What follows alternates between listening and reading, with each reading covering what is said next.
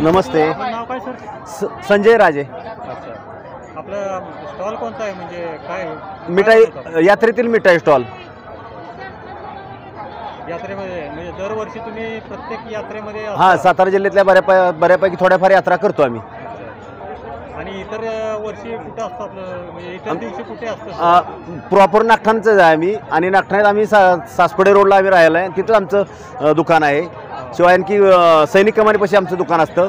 आपल्या स्टॉलमध्ये काय काय पदार्थ आहेत ते सांगा ना. आपल्या स्टॉलमध्ये मैसूर पाक असतात, मोतीचूर लाडू असतात, रेवडी असते, खजूर असते. ते काय? हे शेव आहे, हा फरसाण आहे, हा मिक्स केलेला फरसाण आहे, ही खजूर आहे उपवासाची,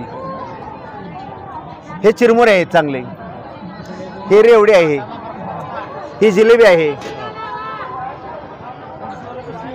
ही गुडीशेव आहे, ही मैसूर पाक, ही पापडी आहे, हा तिखट चिवडा आहे, यात्रेतील स्पेशल चिवडा, हे बत्ताशे आहेत.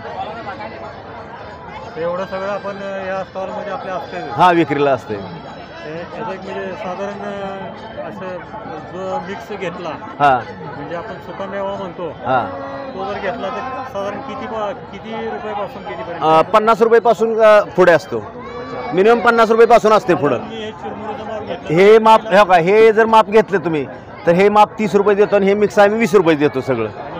हे माप घेतलं तर हे 20चं देतो, आणि हे मिक्स 30चं देतो. असं 50चं असते बऱ्यापैकी. साधारण 50 रुपयामध्ये 5-6 जणांचा. हो, अगदी 4 लोकांचा आरामशीर प्रसाद भागतो.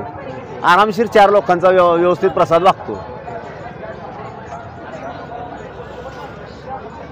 यात्रा म्हटलं तर सुकामेवा हा प्रसाद हेच महत्त्वाचं असते. हेच पदार्थ महत्त्वाचे असते. जिलेबी, यात्रेतील गरम जिलेबी,